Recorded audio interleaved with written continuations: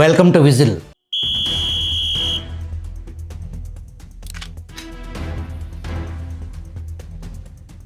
ఈ యుద్ధాన్ని ఎవరు గెలుస్తారు అని అడగటం అసలు ప్రశ్న కాదు.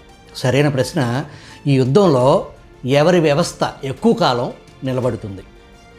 ఇది కేవలం United states, Israel versus Iran మధ్య పోరు కాదు. ఇది రెండు వేరువేరు యుద్ధ తత్వాల మధ్య ఢీ. అమెరికా ఇజ్రాయెల్ మోడల్ వేగం, అధునాతన టెక్నాలజీ, తక్కువ సమయంలో పెద్ద నష్టం కలిగించడం. ఇరాన్ మోడల్ దీర్ఘకాలం వారు కొనసాగించడం, తక్కువ ఖర్చు, శత్రువును అలసటకు గురి చేయటం. ఈ యుద్ధంలో బుల్లెట్లు మాత్రమే కాదు, డబ్బు కూడా యుద్ధం చేస్తుంది. ఒక ఆధునిక మిసైల్ కోట్లాది రూపాయల ఖర్చు, ఒక డ్రోన్ చాలా తక్కువ ఖర్చు. ధనిక దేశం ఎక్కువ ఖర్చు చేస్తుంది, ఇరాన్ తక్కువ ఖర్చుతో యుద్ధం చేస్తుంది. అమెరికా, ఇజ్రాయెల్ భారీ దాడులు చేస్తున్నారు, కానీ చరిత్ర ఏం చెబుతుంది? Vietnam war, Iraq war, Afghanistan war, ఈ మూడు చోట్ల కూడా శక్తివంతమైన దాడులు జరిగాయి, కానీ పూర్తిగా గెలుపు వరించలేదు. అంటే నాశనం చేయటం అంటే నియంత్రించటం కాదు. ప్రపంచ శక్తి సమీకరణలు మారబోతున్నాయి. అందుకు వేదిక రెండు కీలక చమురు మార్గాలు. సుమారు 8 నెలల క్రితం డొనాల్డ్ ట్రంప్, బెంజమిన్ నెతన్యాహు సమావేశం జరిగింది. ఆ సమావేశం ఉద్దేశం బయటకు డిప్లొమసీ అని చెప్పారు, కానీ అంతర్గతంగా ఇరాన్పై సైనిక ఆపరేషన్ రెడీ చేశారు. ఒక పక్క ఇరాన్తో చర్చలు అంటూనే అమెరికా ప్లస్ ఇజ్రాయెల్ కలిసి ఇరాన్లో అణు సంబంధిత కేంద్రాలపై, క్షిపణి స్థావరాలపై, కమాండ్ సెంటర్లపై పరిమిత వైమానిక దాడులు చేశారు. ఇది ఫుల్ వార్ కాదు, సిగ్నల్ స్ట్రైక్ అంటే సందేశ దాడి జరిగింది. ఆ దాడి లక్ష్యం ఏంటి? ఒకటి, వార్నింగ్, హెచ్చరిక, మీరు రెడ్ లైన్ దాటితే మేము దాడి చేస్తాం. 2, capability testing, Iran air defence ఎలా స్పందిస్తుంది, ఎంత వేగంగా కౌంటర్ అటాక్ చేస్తుంది. అంటే ఇది ఒక విధంగా లైవ్ టెస్ట్. 4 నెలల క్రితం ఇరాన్పై ఫుల్ స్కేల్ దాడికి నెతన్యాహు ట్రంప్ను ఒప్పించాడు, కానీ వెస్ట్ ఏషియాలో అమెరికా వ్యవహారాల ప్రతినిధి జాన్ మాత్రం వైట్ హౌస్కు సమాచారం అందించాడు. వారు వద్దు, మనం దెబ్బతింటాం అని హెచ్చరించాడు. కానీ నెతన్యాహు చేతులు ట్రంప్ జేబుల్లో ఎప్పుడో దూర్చాడు. జెఫ్రీ ఎప్స్టీన్ ఫైల్స్ వ్యవహారం. ఎప్స్టీన్ ఎవరో కాదు, ఇజ్రాయెల్ స్పై మాస్టర్, మొసాద్ సంస్థ ఏజెంట్. ఎప్స్టీన్ లాంటి వారు ఎందరో మొసాద్కు ఆస్తి. వ్యక్తిగత బలహీనతలు, అవలక్షణాలను, ఆర్థిక వ్యవహారాలను స్పైయింగ్ చేసి బ్లాక్మెయిల్ ద్వారా ఇజ్రాయెల్కు కావాల్సిన కోరికలు నెరవేర్చుకోవటంలో ప్రపంచ నెంబర్ 1 గూఢచార సంస్థ మొసాద్. అమెరికా గూఢచార సంస్థ సిఐఏలో మొసాద్ ఏజెంట్లు ఉన్నారంటే అర్థం చేసుకోవచ్చు. వ్యక్తిగత బలహీనతలు, అనంతమైన అవలక్షణాలు ఉన్న ట్రంప్ ఇజ్రాయెల్కు గంగిరెద్దులాగా మారటంలో వింతేమీ లేదు. ఇజ్రాయెల్ను తీవ్రంగా వ్యతిరేకించిన నాటి అమెరికా అధ్యక్షుడు జాన్ ఎఫ్ కెనడీ దారుణ హత్య జరిగింది. ఆ హత్య ఎవరు చేయించారో ప్రపంచానికి తెలుసు. That is Mossad. కేవలం 3 రోజుల్లో ఇరాన్ పని అయిపోతుంది. సుప్రీం లీడర్ను వేసేస్తాం. ఇరాన్లో మొసాద్ క్రియేట్ చేసిన లోకల్ శక్తులు రంగంలోకి దిగుతాయి. అగ్రరాజ్యం కనుసన్నల్లో పనిచేసే మీడియా కథనాలతో రక్తి కట్టించవచ్చు. ప్రజలు రోడ్ల మీదకి వస్తారు. అల్లకల్లోలం జరిపిస్తాం. మనం చెప్పిన కొత్త లీడర్షిప్ వస్తుంది. అమెరికాలో మండే షేర్ మార్కెట్ ఓపెన్ అయ్యేసరికి ఆల్ సెట్ అని నమ్మించి ఇజ్రాయెల్ అమెరికాను రంగంలోకి దించింది. ఇరాన్ ఇంటర్నెట్ ఆపేసింది. అప్పటికే ప్లాన్ చేసిన వేలాది స్టార్లింక్ కనెక్షన్స్ యాక్టివ్ అయ్యాయి. పేమెంట్ కోసం పనిచేసే టెర్రరిస్ట్ గ్రూప్స్కు ఇజ్రాయెల్, యూకే, ఇతర దేశాల నుంచి ఆదేశాల ప్రకారం హింస మొదలైంది. రష్యా పంపించిన మిలిటరీ జామర్ సాయంతో స్టార్లింక్ ఇంటర్నెట్ లింక్ కట్ అయింది. ఇది అమెరికాకు మొదటి షాక్. 4వ రోజు వచ్చేసింది. సుప్రీం లీడర్ను చంపేశాం, అడ్మినిస్ట్రేషన్ కుప్పకూలిపోతుంది అన్న అంచనా తలకిందులైపోయింది. గత 47 సంవత్సరాలుగా అమెరికా పెట్టిన తీవ్ర ఆర్థిక ఆంక్షల నడుమ వారి దేశాన్ని అగ్రరాజ్యం కబ్జా చేయకుండా కాపాడుకోవటం కోసం, ఈ రోజు కోసం ఇరాన్ ఎదురు చూస్తుంది అన్న సంగతి అగ్రరాజ్యానికి తెలియకపోవటం మదంతో కళ్ళు దుమ్ము కొట్టుకుపోయాయి అని అర్థం. ఇరాన్ తనని తాను సిద్ధం చేసుకోవటానికి కారణం, ఏదో ఒకరోజు ఇజ్రాయెల్ ఆక్రమణ రాజ్యాకాంక్ష విస్తరణ పన్నాగంలో బిగ్ స్నేక్ అమెరికా ఖచ్చితంగా పాల్గొంటుందని ఇరాన్కు తెలుసు. అందుకు తగ్గట్టుగానే అండర్ గ్రౌండ్ మిలిటరీ సిటీస్ను నిర్మించింది. భూగర్భాన్ని చీల్చుకుని మిసైల్ దాడులు చేస్తుంది. ట్రంప్ అంతర్గత మీటింగ్లో నిజాయితీగా అమాయకంగా ఒక వ్యాఖ్య చేశాడంట. ఇన్ని రోజులైనా ఇరాన్ను మనం పడగొట్టలేకపోవటానికి కారణం ఏంటో నాకు అర్థం కావటం లేదు అని. అలా అనటం ట్రంప్ లేఖితనం, ఉన్మాదపు అజ్ఞానానికి పరాకాష్ట.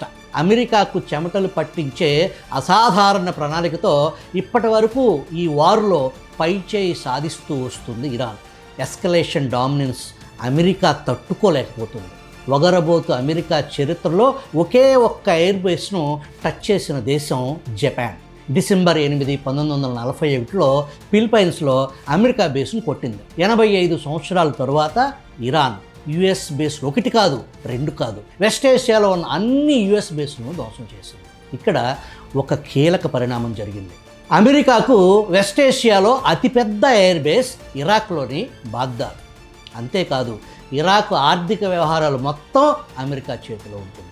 ఇరాక్ ప్రధాన ఆర్థిక వనరు ఆయిల్ అమ్ముకోవటం. కానీ అమ్మిన ఆయిల్ సొమ్ము అమెరికా అకౌంట్లో జమ అవుతుంది.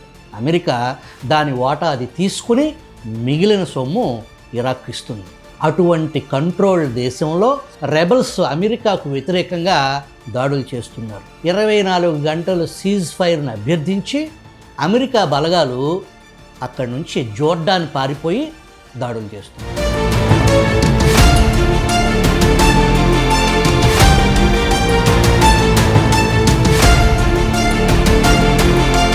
ఇదే ఇరాక్లో ఎయిర్ బేస్లు కలిగి ఉన్న నాటో దేశాలైన యూకే, ఆస్ట్రేలియా, పోలాండ్ అక్కడి నుంచి పారిపోయాయి. అమెరికాకు సహకరించవద్దని కువైట్, ఖతార్ను హెచ్చరించినా కూడా కువైట్ ఎయిర్పోర్ట్ నుంచి ఆయిల్ నింపుకుని అక్కడి నుంచి ఎగురుతుంటే చెప్పి మరి కువైట్ ఎయిర్పోర్ట్పై ఇరాన్ బాంబు దాడి చేసింది. ఖతార్లో 2 ఎల్ఎన్జీ టెర్మినల్స్ను పూర్తిగా ధ్వంసం చేసింది. 18% ఎల్ఎన్జీ ప్రొడక్షన్ ఆగిపోయింది. వాటిని రిపేర్ చేయాలంటే 2 నుంచి 4 సంవత్సరాల సమయం పడుతుంది. $20 బిలియన్ నష్టం జరిగింది. ఇరాన్ తలుచుకుంటే ఆయా దేశాల ఇన్ఫ్రాస్ట్రక్చర్ను ఒక్క రోజులో నేలమట్టం చేయగలదు. దుబాయ్ బుర్జ్ ఖలీఫాను సెకండ్లో కూల్చేయగలదు. కానీ చాలా తెలివిగా స్టెప్ బై స్టెప్ అడుగులు వేస్తుంది. ఈ ముస్లిం కంట్రీస్లో ప్రజలు ఇరాన్కు అనుకూలంగా ఉన్నారు. అక్కడి ప్రభుత్వాలతో ప్రజలు ర్యాలీ అవటం లేదు. ఇరాన్ బహ్రెయిన్కు తీవ్ర హెచ్చరిక జారీ చేసింది. ఒకప్పుడు బహ్రెయిన్ ఇరాన్లో భాగం. పిచ్చి వేషాలు వేస్తే ఆక్రమిస్తాం, ఇరాన్లో కలిపేసుకుంటాం అని హెచ్చరించింది. ఇరాన్లో రష్యా కనుసన్నల్లో 300 మంది రష్యన్ సిబ్బందితో బ్రాండ్ న్యూక్లియర్ పవర్ ప్లాంట్ నిర్మాణం జరుగుతుంది. దానికి 15 కిలోమీటర్ల అవతల ఇజ్రాయెల్ బాంబు దాడులు చేసింది. ఇజ్రాయెల్లో అతి సున్నితమైన డిమోనా అణు కేంద్రంలో పనిచేసే సిబ్బంది రెసిడెన్షియల్ అపార్ట్మెంట్స్లో ఉండే సిబ్బందిపై ఇరాన్ బాంబులేసింది. Israel power stations, oil refinery మీద కూడా దాడులు చేస్తుంది. అమెరికా ఎయిర్ బేస్ రాడార్ వ్యవస్థను ఇరాన్ సమూలంగా ధ్వంసం చేసింది. సౌత్ కొరియా నుంచి రాడార్స్ను తెప్పిస్తుంది అమెరికా. యుఎస్ ఎయిర్ డిఫెన్స్ ఇంటర్సెప్టర్కు బొక్కపడింది. ఆయిల్ రేట్లు పెరుగుతున్నాయి. అమెరికాలో సెగ మొదలైంది. ప్రజలు ట్రంప్పై కోపంగా ఉన్నారు.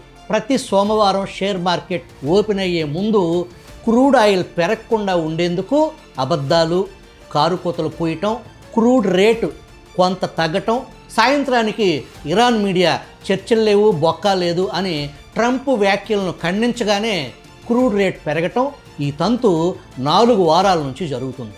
ప్రస్తుతం బ్యారెల్ క్రూడ్ $108కు చేరింది. $130కు చేరితే ప్రపంచ ఆర్థిక వ్యవస్థ తిరగబడిపోతుంది. వార్ కంటిన్యూ అయితే $200కు చేరొచ్చు అనేది నిపుణుల మాట. అదే జరిగితే ఇక జరగబోయే ఆర్థిక విధ్వంసం మాటల్లో చెప్పలేం. ప్రపంచ పేద మధ్యతరగతి ప్రజల జీవితాలు అతలాకుతలం అయిపోతాయి. నిత్యావసరాల ధరలు ఎన్ని రెట్లు పెరుగుతాయో చెప్పలేం.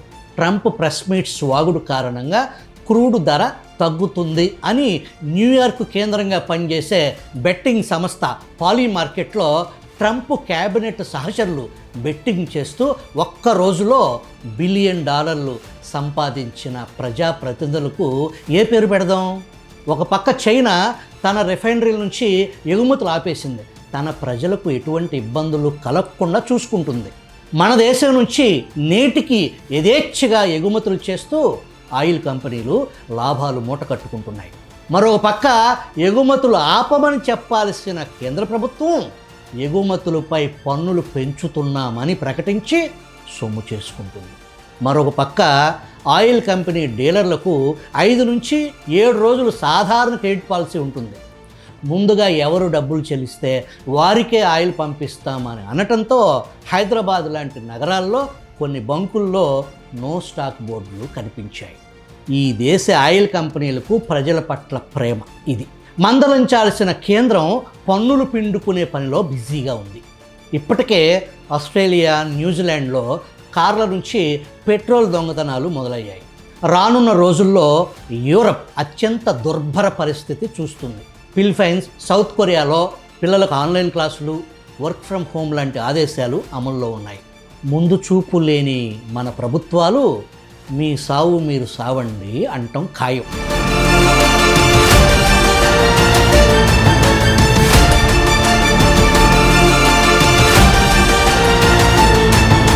కరోనా సమయంలో ఏం చేశాం?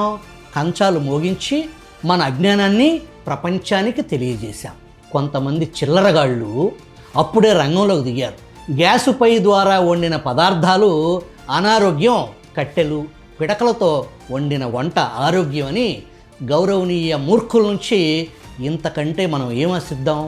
సరే, అసలు విషయంలోకి వెళదాం. ట్రంప్ చర్చల డ్రామా సీజ్-ఫైర్ వివరాలు చూద్దాం.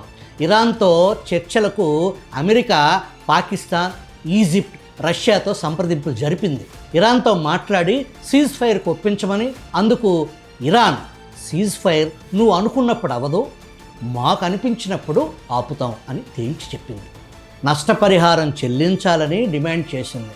స్ట్రైట్ ఆఫ్ హార్మోజ్ను కంట్రోల్, దాన్ని అధికారికంగా, అది మా కంట్రోలు, దాన్ని అధికారికంగా గుర్తించాలని డిమాండ్ చేసింది.